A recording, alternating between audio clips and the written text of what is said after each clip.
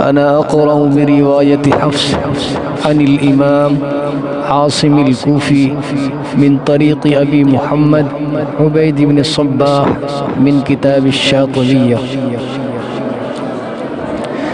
أعوذ بالله من الشيطان الرجيم. بسم الله الرحمن الرحيم.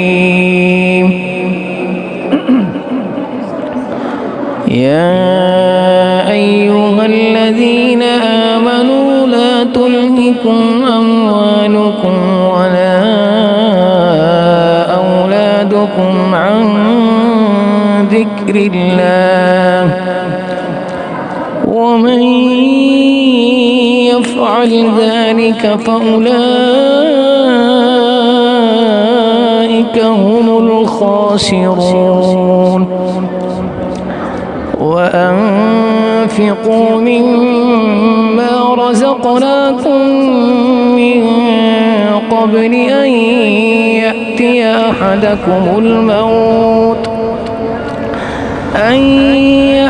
أحدكم الموت فيقول رب لولا أخرتني إلى أجل قريب فأصدق وأكن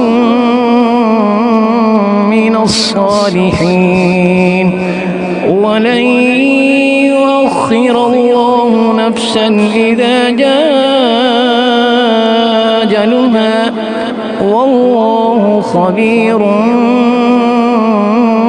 بما تعملون.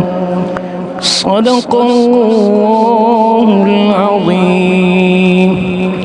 قرأ بها الشاطبي على النفز على ابن غلام الفرش على أبي داود وعلى ابن الدوش وعلى ابن البياز وقرأوا بها على الداني.